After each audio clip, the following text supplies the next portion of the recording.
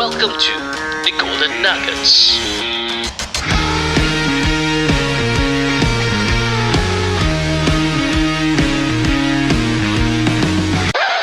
Being featured in a podcast can be expensive. Don't let me get started about starting one on your own. It can cost you thousands and thousands of dollars. If you are a small business owner, financial advisor, real estate agents, or even a home-based business owner, we have something for you. The Golden Nuggets podcast is coming up with a new segment called The Podium. In this segment, you will be able to get a one-episode feature for yourself and your business at only $250. This offer is only for the month of June or for the first 50 sign-ups. So what are you waiting for? Sign up today at tgnpodcast.com/thepodium. Don't miss out on this once-in-a-lifetime opportunity to be featured in the #1 business podcast in Singapore. Nuggets, back to the episode. Welcome back to another episode of the Golden Nuggets podcast. This is part 2 with the team from SGFR. And as much as we learn from part 1, I think we have plenty more to uncover in part 2. Ami, take it away. Alright, so guys, can you share with us, I think for Haikkel first, because we want to know the entire journey of SGFR, right? When you were doing the fishing business, what was the highest revenue that you actually gotten from there? Fishing business. Because from the fishing business per year lah. Because from the fishing business you also expanded to 2 and 3 stores, right? Yeah. Fishing business, the highest 2022 lah, right before we pivot into snacks. Can reveal lah. You can simply say how many figures kind of thing. Okay. First the fishing year was 6 figure. Okay. You managed to reach 6 figure within the first year. And that was how many months in the first year of business? Okay, the first year 2020, right? That one is just 4 figure. Okay. 4 figure. Then Because that was, 2021 was 5. maybe that was like 1 month or 2 months only, right? Yeah. Not 1-2 months is about half a year. Okay. Oh, that was about half a year. Like you were trying out things and It was everything. just nice hit 5 figure lah, about 10,000. Okay. That's 2020. Okay. Then 2021 also still 5 figure. 2022 6 figure, but the cost was very high. Okay. So this one the margins very very bad. I see. Yeah. Then after that was candy. Okay. Okay. So the margins was very bad, although it's 6 figure, but then you were not making enough to be sustainable. Yeah, correct. And that was when you pivoted. Correct. What was the challenge that you faced before you actually decide like, I think it's time for me to pivot? Generally, I think people stop fishing. Okay. So the number of customers we got like dropped a lot. Then I had a lot of issues in the fishing industry because this industry is. I'm sure you all saw the Colchester video, right? I mentioned briefly about it. There was a lot of racism in this industry. I see. Yeah, so sometimes they don't like just cut our supply. Oh, okay. Yeah, there was Very one- ruthless, huh? Very ruthless. Yeah, there was one fishing company. So they came down to our store to have a meeting lah. Then the first thing the guy asked me, right, when we met, were like, don't you have a Chinese partner I can speak to? Oh, serious? Yeah, that's the first thing he asked me. Okay. Yeah, then I was Did you ask them why? yeah. Then after that he just said, never mind. Then I just spoke to him lah. But then when he gave me the cost prices, right, I remember the margins from sale to cost to sale to wholesale was like 6-7%. It's like might as well don't do. Yeah, that's right. Normally it's at least 30. Yes. Yeah, so he told me that the whole industry is like that. I want, I take. I don't want, I don't take. Okay. Yeah. Then at this point, there was also another fishing company that wanted to sell the whole company off. Okay. So when she sold me her company, right, when she wanted to sell her company, she showed me all her P&L and everything. So I could see her cost prices lah. Then I saw that she was buying from this company at 35% margins. Then they want to quote me like 5-6%. Okay. It was crazy lah. I see. Yeah. So that was your biggest challenge. Supplier was one lah, and then got other suppliers where they just cut our supply, and we also don't know why. Yeah. Just a quick question. Do you think if by any chance you know how to speak Mandarin, do you think that would have sweetened the relationship and you'd be able to get a sweeter deal out of that? Yeah, definitely. Confirm. Because right, after the first few suppliers, right, when I got frustrated, I actually had an investor that was Chinese. I told him, hey, you help me talk to the company, you help me buy. He got way better margins than me, man. Ooh. Yeah. he didn't even meet up with them. He just texts them and they send him a price sheet. And the price sheet, they're like, oh, this price sheet I give you additional 15% off. I didn't get this kind of deals. I see. And he got it, yeah, because he spoke to them in Chinese. Okay. Wow. This can be a touchy issue. I think. It's a touchy issue. I don't know. That's what I felt about the fishing industry, lah. So I was quite irritated, lah. But your customers were mainly Chinese also. No, our customers were Muslims, Malay Muslims. Yeah. What about now for the candy? Also, candy is mixed. Mixed. But fishing was all usually Malay Muslims. Yeah. Yeah. I see. That's why, right? So that's why I'm wondering. Like, I mean, I don't really know that many Chinese friends of mine who actually fish, but I know a lot of my Malay friends who actually fish. Yeah. So I wonder why, in terms of business, they would want to deal with a Chinese person. No, in fishing industry, right? There's not a single fishing shop at that point where I was in the industry. There was a Malay shop. Every single shop was Chinese. I was the only one. It was completely dominated. It's Chinese or Indians, the industry. so have you learned how to speak Mandarin? No, not at all.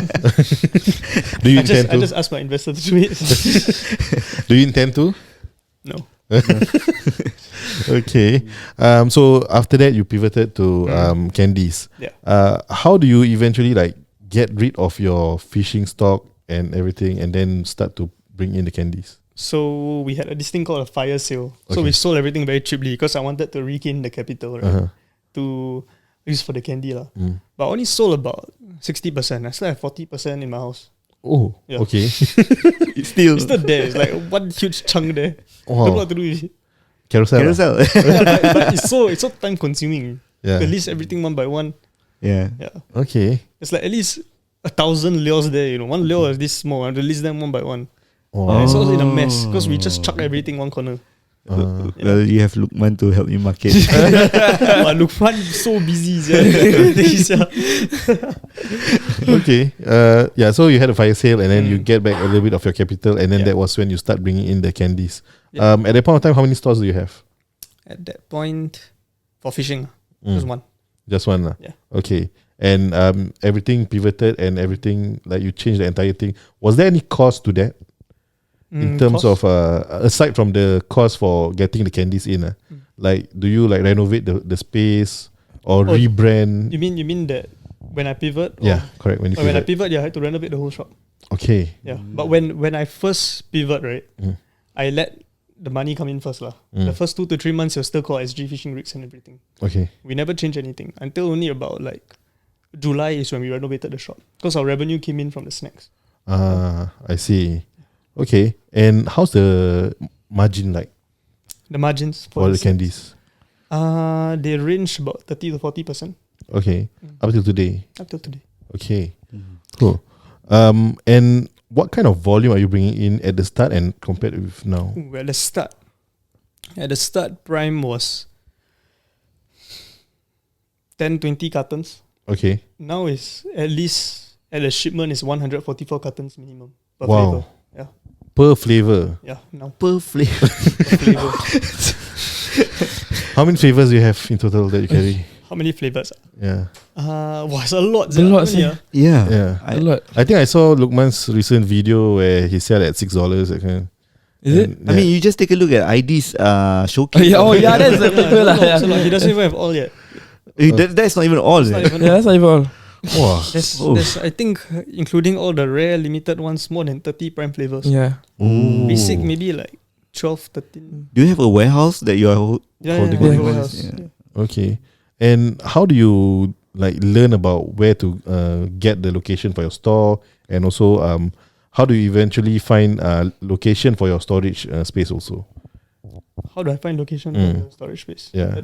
We rented a warehouse to store all our items. Okay. Yeah. And how much is the rental for this kind of warehouse? 3.5. 3.5K. How many square feet is that? Good question. I can't remember. But it's big enough lah. Yeah, I'm curious because 144 cartons per flavor. Yeah. I think that It's a pretty big warehouse. Ubi Center is where our warehouse is. It's actually the cheapest place to get a warehouse. Yeah, that's true. Yeah. okay, but 3.5 not bad lah. Yeah. Compared to Tech Park, because we wanted Tech Park also. Tech Park I think was like double the price. Oh, is it? Yeah. More than double. Yeah. Just for that same size. Okay. Yeah. I see. Wow, double lah, 7K like that over here. Yeah. So that means our neighbours we know lah. Especially the Lego one. Yeah. Lego, what? Lego. Yeah, just down. Yeah, just if you go down Oh. straight. Yeah. Oh, like Lego is here. Lego is here. Yeah, Their all warehouse the- lah. Oh. Damn. Yeah. So they always have a lot of pallets out there. Ah, I So see, I see. Cool. Faham They lah. have all the cool Lego designs, and it's not just one. It's like the whole palette. We need to Yeah. see later. Yeah, we need to see. Yeah, I think later maybe they keep everything in there. Yeah. Usually lunchtime you will see a lot of the pallet out Yes. there. Wow. Yeah, so their movement also quite yeah. Then for you guys, what about the movement like how do you eventually come up with a system to when we talk about shipping of the what's it called, the goods to the different locations? How do you come up with the structure, and who was the one who teach you to come up with these SOPs? I think when I started out, I have there's about 7 functions in the business, 7 Okay. to 8 functions. So I have a basic understanding of all 8 functions. But as the founder, I cannot be involved in every single function. It's impossible. At most, I can be in 2 or 3. Yeah, the rest has to be handled by someone else. So sometimes I just have to, even though I want pitch perfection, right? I just have to give it up and give the responsibility to someone that's been in the industry longer, that we hire, right? That I learn from them. Yeah, I just see how they do their SOPs. What are the Yeah. 8 functions? 8 functions. So there is operations, finance, marketing. Operations, finance, marketing, R&D. Which one? Logistics. Okay, there's a shit lah. I can't remember lah. Okay. Shit. Yeah, I mean it's interesting you segmentize all this because generally when we bring business owners, they don't actually talk about these different functions in the Yeah. business. Yeah. But it is there, and sometimes they are doing it without them realizing that they are actually doing it. Yeah. And what are the functions that you are in charge of, and what are the functions that Luqmaan is in charge of? So I do business development, R&D. Then I float between the marketing part. Yeah. Okay. And Luqmaan, purely focus on marketing. Purely marketing. Okay. And who does finance? Yeah. So the other functions are finance, operations, and then I think purchasing. This one's all by other people in our company lah. Yeah. Okay. And right now you have how many stores? 5. 5 different stores, and coming up with 2 more. Yeah. Okay. How do you know when is the best time to actually expand? How do I know? Do you look at revenue and that was when you decide, or how? Or do you look at Luqmaan? Yeah, Luqmaan macam mau apa? And like, okay, jom. We look at revenue, and then we see based on the products we can bring in, and we have our way. Basically we have this map in our office, so we already plot where we wanted to open at the start of the year. Ooh. So last year when we started in February, we already plot 6 locations. Okay. So we open in all 6. Okay. This year we plot 3 more, so we already get 2, and we plan to open in June since January. So we hit that, and our what is it called? Let's say pointers lah, key indicators to open in June are there. So we know we can open in June at this location. Yeah, and then we have 1 more at the end of the year that we are planning. Okay. Yeah. When you talk about the key indicators, are you talking about the amount of money you guys have in reserves? Revenue, then new products that we can bring in. Yeah, all this kind of stuff lah. Okay. And how do you know where exactly do you want to open? That's a trade secret lah. Is it like what real estate agents say, like location? Location is important. So there's a 5 P's of marketing: place, price, product. Yeah. This I don't know lah. My school knowledge has dropped. Okay. Yeah, but there's the 5 P's of marketing. So place is one of them. Yeah. Okay, so that is how you decide. At the start of the year, you decide, okay, these are the places we want to open because it seems like a good place, and it seems like the volume of people that is coming over can be there. Your upcoming one is Esplanade, right? Why Esplanade though? Food traffic lah, bro. Then got concert also, right? Yes. NDP all. NDP, yeah. So the new 2 stores, the strategy for the previous 5 stores are a bit different from the new 2. The new 2 is more on foot traffic. I see. Because these 2 are straight at the MRT station. The previous 5 are not. They're in malls. Malls or under the HDB. Yeah. Okay. So this is the first time we're opening in the MRT station. Sorry. Yeah. I see. And what's your vision for the company? to be the biggest candy store, Southeast Asia. Southeast Asia. To be the biggest candy store in Southeast Asia. Okay, so I'm a branding and marketing guy, and your name is SGFR. So how does that translate to? I think it doesn't matter because a lot of people in like Malaysia already, right? Yeah. They recognize the brand SGFR. And a lot of people don't actually care what SGFR stands for. Yeah. Okay, like one example, right? When I was in the fishing industry, one of the most popular brands was called BKK. Okay. BKK. Yeah, but no one cared what BKK stand for. Yeah. But when you search BKK, it actually stands for Black King Kong. Oh, okay. It has nothing to do with the brand. And people hear it, they're like, what the hell, whatever. Lah. Yeah. So I don't think people really care about what the letters stand for as long as it sounds cool. Okay. Is SGFR cool Yeah. to you? I mean, the kids love it. Malaysia has a lot of fans, Malaysia, compared yeah. to Singapore. Oh, really? Yeah. Malaysia got a lot. Okay, so when is Malaysia coming? I don't know yet. So that is definitely in the plans, lah. Because Southeast Asia. Okay, and what are the vibe that you want to have for the people who patronize at your stores? What the vibe? Yeah, the culture that you want to have, such that the patrons, like your customers, when they go in, they can feel the whole culture and the vibe. You want Because it to if be- not, okay. it's like maybe like you just go to some mama shop downstairs and then buy some candy. It can turn out like that, right? Yeah, it they can, just it go can. in and out and then just Yeah. get what they want, right? So we created this concept called candy-tainment. Okay. Wow. So candy-tainment is combining, Candy-tainment. it's combining candy with entertainment. Uh-huh. So how we combine the entertainment part is we put arcade machines in the shop, claw machines, and the claw machines is not like pay to win. It's when they spend, they get to play for free. Oh. And then the shop has a lot of decorations. Like some shop have themes, like superhero vault. Okay. And then there's the content part from Luqmaan, where everything has a storyline. Each product has a storyline of how it comes in. Oh. So this is the whole entertainment part of SGFR. I see. So it becomes a fun place for people to go to. It's like a hangout zone for kids after school. Uh-huh. Oh, this is like SG Fun Recreation. I don't know, I'm just thinking of Change name. Nice name. Is this something that was thought of way before when you were about to pivot, or it's just along the way and then you No. realize it? Along the way, we adapt. Okay. And how do you know like what kind of target market that you are actually trying to acquire? Like since the start, right, we've always been targeting Gen Zs. Okay. People our age. That was from the fishing industry. So when we pivot, I think we understand the Gen Z market the most because we are Gen Zs. Yeah, so that's how we just stick to ourselves lah. Okay. What do we want? Yeah. So we give our customers. Okay, that's interesting because I think a lot of the older business owners, they want to know what exactly Gen Zs are looking for. Yeah, what they are looking at and what entices them. Yeah. And I wouldn't just say Gen Zs, considering like at the start of part 1 when I introduce you, I say like my niece and nephew, they know look like Gen Luqmaan, Alpha. right? So they are Gen Alpha, right? So yeah.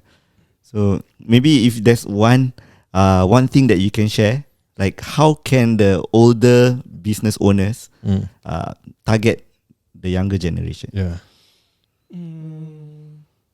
Or should this question be for Luqmaan? Should be for Luqmaan. Like how to target like older audience, is it? Younger audience. Younger the audience. older business owners want to target younger Younger audience. audience, correct. There's one content format that is actually for all ages, and I've seen this guy doing it like a lot of times. Do you know who is Simon Boy? Yeah. Simon Boy. You see the way he promote businesses, like he do in the sense of he do skit. Right? Storytelling. Storytelling, right? That's important. Because I see like Simon Boy, whenever he do content, the business that he promote always blow up because of the storytelling that he tell in the video lah. So I think if you want to like target like Gen Zs, you must emphasize on skit videos because that is like one of the videos that can blow your business up. Okay. Okay. So listen, guys. Yeah. Yeah. Simon Boy, shout out to you. Matters of the heart. He always play you emotions. And then like, oh, then you want to go to the shop. Yes. Yeah. Was it Simon Boy who recently come out with the video with the debt collector? Yeah. Oh, don't Lucky. Lucky yeah, Lucky Chan. He's yeah. also good. He's also very good. Yeah, I think that's interesting because there's a story there, and then the story of the victim, and then the story of the person they are trying to collect the debt from. And this debt collection is a very like frowned upon. no, not only frowned upon, but also it's like a old person business lah. Okay. You know, because usually people who contact or get debt collectors are basically the older generations. Yeah. Usually, I think the younger ones tend to kind of like let go a lot of times lah. But yeah, I mean, he make it very interesting that I was also engaged in the entire video. Yeah, right. Yeah. For you yourself, what were the contents that you were previously doing, and then what are you doing right now for SGFR? And do you also do any other contents outside SGFR? And is Haikkel okay with that when you're doing Well, during the first phase, I honestly I look for inspo back then. Like, cause during the first phase, I have no knowledge about content at all. So I usually look up to big creators like Syam Rahman, Lucky Chan, Simon Boy. Like, oh, what they do? Okay, I follow also lah. Then as time goes by, I receive like clients. Then I'm like, okay lah, I cannot copy people's content. I must like do my own content. Yeah. But I still copy lah. The ultimate guy that I look up to is Simon Boy, because like he always storytell, and that is when like I started to do like storytelling like in my content. Because content for me, like, I just don't want to do content. I want to sell my content, so that people like, oh, okay lah, I think I can use him for my business, you know. So Simon Boy is my complete inspo for content creation lah. Then for SGFR, we try to replicate like Logan Paul's content. Okay, Logan Paul, when he sell his content, like he literally sell his content, you know. Like if you guys watch how he promote Prime, like for example, he promote Prime doing WWE. If you watch, right? So me and Haikkel, we just try to like look for inspo, which is Logan Paul, and see how we can like, you know, make the viewers engage and also not make it boring at the same time. Yeah, storytelling is important lah. Okay, one more question maybe just before we end part 2.